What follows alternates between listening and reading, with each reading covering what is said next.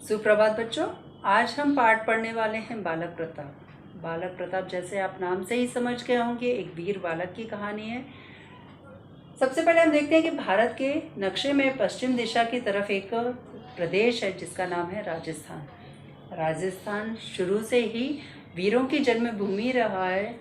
जैसे कुछ वीर हैं राणा कुंभा, राणा सांगा, महाराणा प्रताप, महाराणा राज सिंह, दुर्गादास राठौर, भक्त मीराबाई और सती पद्मनी। इन सभी के नाम इतिहास में स्वर्ण अक्षरों में लिखे जाते हैं।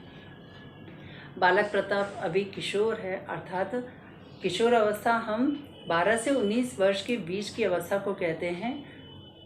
बालक प्रताप की रुचि संगीत में है। वह कभी बांसुरी बजाता, कभी वीणा बजाता। उस समय हमारे देश पर तुर्कों का आक्रमण हो रहा था, दिल्ली पर तुर्कों का राज्य स्थापित हो गया था। तब इस राज्य के लोग सोचते हैं कि हमारे राज्य पर भी कभी भी तुर्कों का आक्रमण हो सकता है, हमें तलवार चलाना सीखना चाहिए और अपने देश की रक्षा करना चाहिए।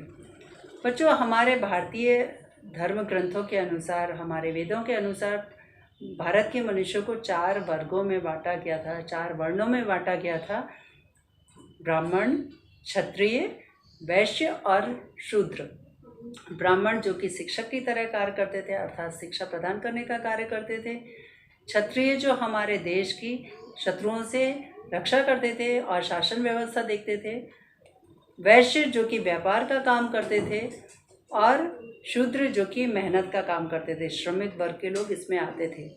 तो क्षत्रिय हमारे शासन व्यवस्था को देखते थे। राणा, महाराणा, राजा जितने भी होते थे वह क्षत्रिय वंश के होते थे। लेकिन जब तुर्कों का हमला हुआ तो इस प्रदेश के लोगों ने भी तलवार चलाना सीखना शुरू कर दिया ताकि वह अपनी देश की रक्षा कर सके।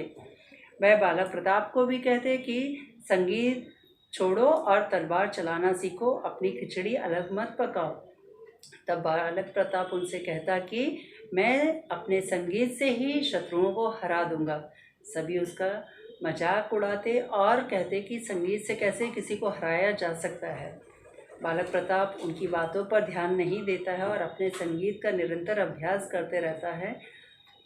कुछ दिनों के बाद बालक प्रताप संगीत में निपुण हो जाता है और उसके संगीत को सुनकर सभी अपनी सुध-बुध खो देते थे।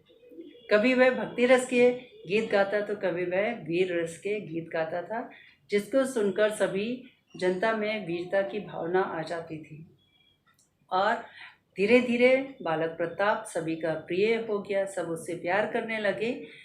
जिस राज्य में बालक प्रताप रहता था वह बहुत ही छोटा था, लेकिन वहाँ का राजा और मंत्री जो थे बहुत ही होशियार और साहसी थे।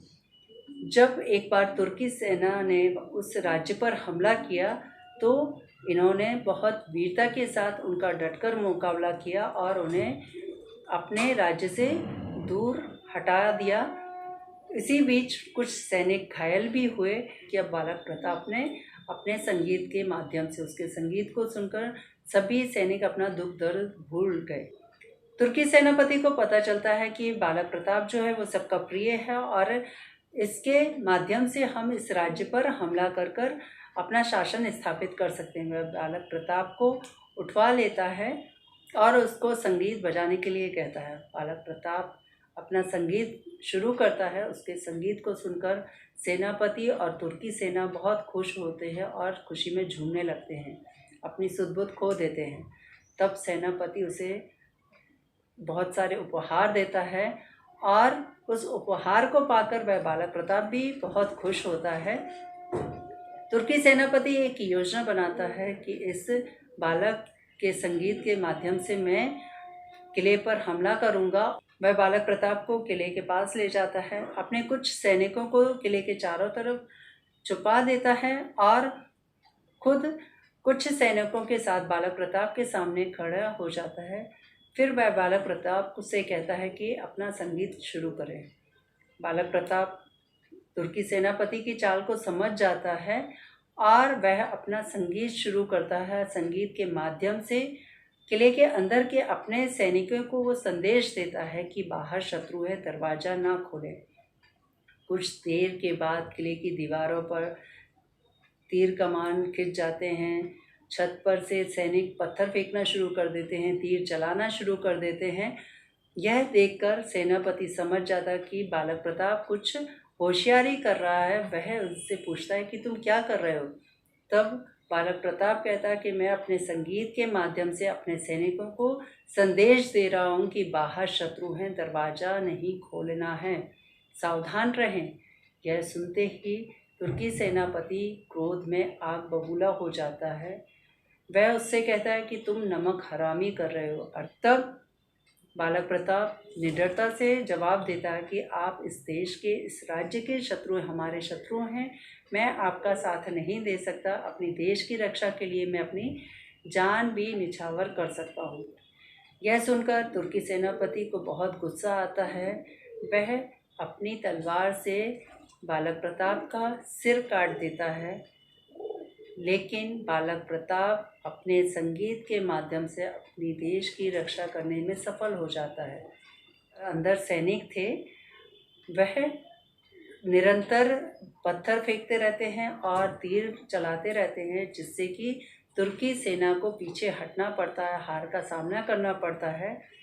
इस प्रकार बालक प्रताप मरकर भी अमर हो गया और अपने देश के काम आया। इस पाठ में कुछ मुहावरे आए हैं। तो सबसे पहले हम जानते हैं कि मुहावरे कहते किसे हैं। मुहावरा एक वाक्यांश होता है जो समान अर्थ को छोड़कर कोई विशेष अर्थ प्रदान करता है। जब कभी हमें भाषा में कोई विशेष अर्थ चाहिए रहता है, कुछ वाक्यों में विशेष अर्थ चाहिए रहता है, तब हम मुहावरों का प्रयोग करते हैं। इस पाठ में आए हुए कुछ मुहावरे हैं जिनके अर्थ जानते हैं।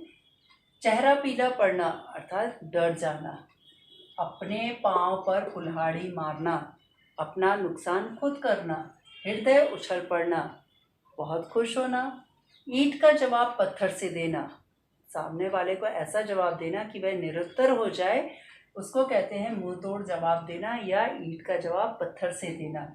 जान देना, प्राण का मोह नहीं करना, सबक सिखाना, शिक्षा देना या मात देना, किसी को हरा देना। लट्टू होना, बहुत खुश होना, अपनी खिचड़ी अलग पकाना, सबसे अलग रहना।